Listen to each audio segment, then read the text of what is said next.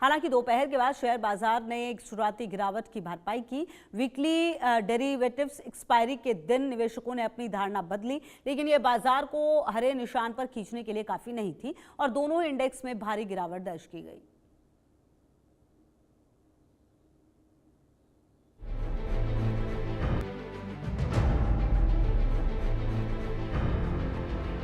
भारतीय शेयर बाजार में मंगलवार 18 नवंबर को पूरे दिन गिरावट हावी रही।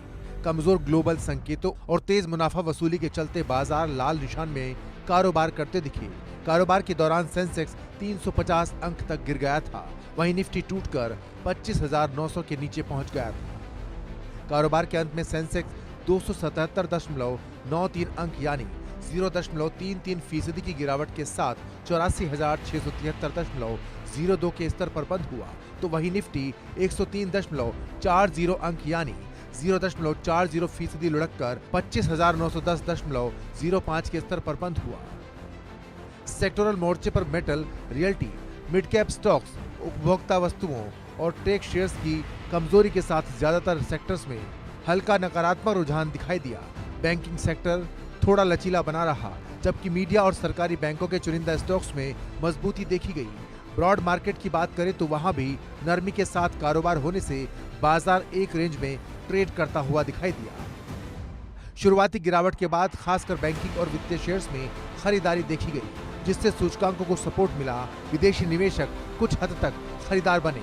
एक्सचेंज के आंकड़ों के मुताबिक विदेशी संस्थागत निवेशकों ने सोमवार को 442.17 करोड़ रुपए के शेयर खरीदे थे। ये लगातार 5 सत्रों की बिकवाली के बाद हुआ, जिससे बाजार में उत्साह दिखा। जियोजित फाइनेंशियल सर्विसेज के आनंद जेम्स ने कहा कि निफ्टी अब भी दिशा खोज रहा है। उन्होंने कहा 26,130 और 25,840 की रेंज के बीच निफ्टी में साइडवेज मूवमेंट संभव है। शुरुआती गिरावट 25,980 यानी 25,900 तक जा सकती है, जिसके बाद रिकवरी की कोशिश हो सकती है। 26,022 के ऊपर जाना 26,130 के लिए रास्ता खोल सकता है। Business desk, India news. और आकाश जिंदल हमारे साथ अर्थशास्त्री जुड़ रहे हैं बातचीत करने के लिए, समझने के लिए बाजार को। बहुत स्वागत है सर आपका, वेरी गुड मॉर्निंग। और सबसे पहला सवाल मेरा यही कि जो स्थिति बाजार की नजर आ रही है, जो निवेशक हैं उनका भरोसा किस तरीके से बाजार में बना रहेगा, किस तरह की सिचुएशन देख रहे हैं सर अभी? देखिए, हालात आज बाजार के सही नहीं लग रहे हैं एज एन इकोनॉमिस्ट मैं कहूंगा, क्योंकि यूएस की मार्केट्स, तीनों मार्केट्स डाउन है। यूएस की मार्केट, डाउ, नैस्डैक, S&P 500 तीनों डाउन है, क्योंकि यूएस में AI यानी आर्टिफिशियल इंटेलिजेंस बबल की बात हो रही है। आर्टिफिशियल इंटेलिजेंस के ऊपर सवाल खड़े हो रहे हैं कि कहीं ये .com का सीक्वल तो नहीं, कि .com बबल जैसे था वैसे तो नहीं है। मेरी ऑर्गेनाइजेशन आकाश.com का मानना है कि जो AI का बूम यूएस में आया हुआ है, कहीं ना कहीं उसके अंदर शेकआउट इमिनेंट है, कहीं ना कहीं कंसोलिडेशन शेकआउट जरूर होना है। हालांकि जरूरी नहीं है कि वहां पे जो है क्रैश हो या बबल बर्स्ट हो, बट शेकआउट जरूर होना है। तो जो दिशा और दशा है, यूएस एक ऐसी मार्केट है जो ग्लोबल इकोनॉमी की दिशा और दशा तय करता है, क्योंकि यूएस दुनिया की सबसे बड़ी इकोनॉमी है।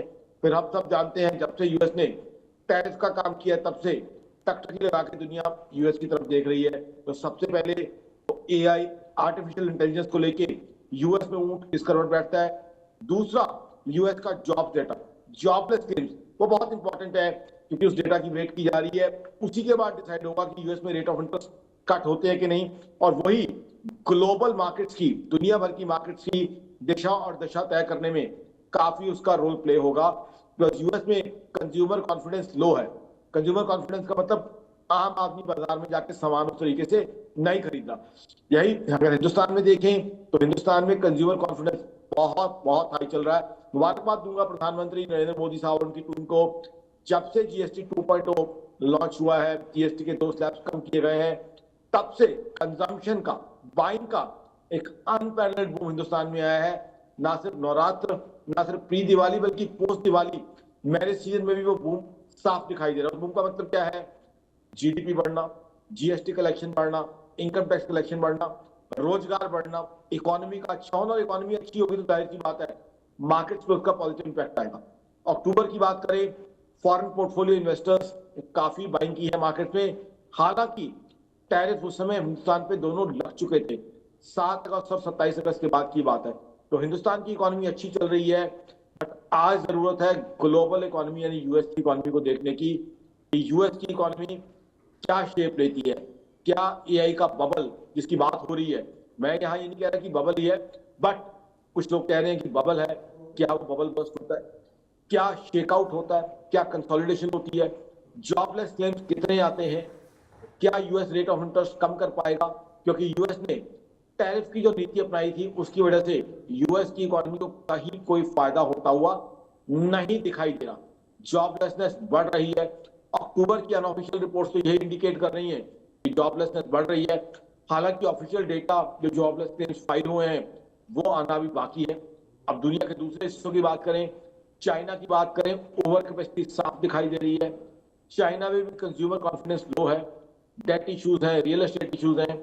हिंदुस्तान की इकोनॉमी अच्छी चल रही है, बट मात्र हिंदुस्तान की इकोनॉमी मार्केट्स को इंपैक्ट कर नहीं सकती, क्योंकि ग्लोबल मनी का फ्लो इंडियन मार्केट्स के लिए बहुत जरूरी है। तो इसलिए जैसे आपने कहा, बिल्कुल ये टकटकी लगा के हमें देखना होगा कि आने वाले समय यूएस से क्या न्यूज फ्लो आता है, ग्लोबल न्यूज फ्लो क्या आता है, वही मार्केट्स को दिशा और दशा इकोनॉमिस्ट में कहूंगा तय करेगा। ग्लोबल फ्लोज क्या आते हैं, फॉरेन इन्वेस्टर्स का कितना इंटरेस्ट होता है, चाहे फॉरेन डायरेक्ट इन्वेस्टर्स हों, चाहे फॉरेन पोर्टफोलियो इन्वेस्टर्स हों।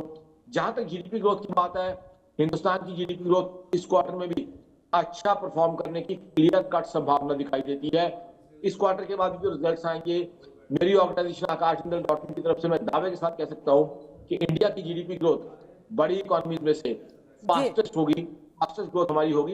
बट ओवरऑल हमें ग्लोबल न्यूज फ्लो को भी देखना होगा। अच्छा आकाश जी, ये भी बताइए कि कहीं ना कहीं जिस तरह से तमाम जो निवेशक हैं वो किस चीज में निवेश ज्यादा कर सकते हैं, उनका भरोसा किस तरफ आ सकता है, और अगर दूसरी तरफ सोने और चांदी की बात करें तो उनमें किस तरह से उतार चढ़ाव रहेगा? बहुत अच्छा आपने सवाल पूछा। सबसे पहले तो सोना, सोने में क्या है, सोने में this one commodity where the demand is increasing. See, in India we are used to buying gold as jewelry. Globally, gold is being bought as a hedge, as a safe haven instrument. China has been rampantly buying gold. So gold is one commodity where demand is increasing, where the supply is limited, because gold existing mines, their extraction capability is reducing, new mines are not being discovered that way. तो gold के अंदर prices बढ़ने की संभावना है। अभी भी जो लोग गोल्ड की बाइंग की अपॉर्चुनिटी मिस आउट कर गए हैं, अभी भी उनके पास मौका है गोल्ड बाय करने का। गोल्ड के अंदर अच्छी अप्रिसिएशन आ सकती है। चांदी ठीक है, इंडस्ट्रियल यूजेज है, बट वहां भी अप्रिसिएशन आने की संभावना है।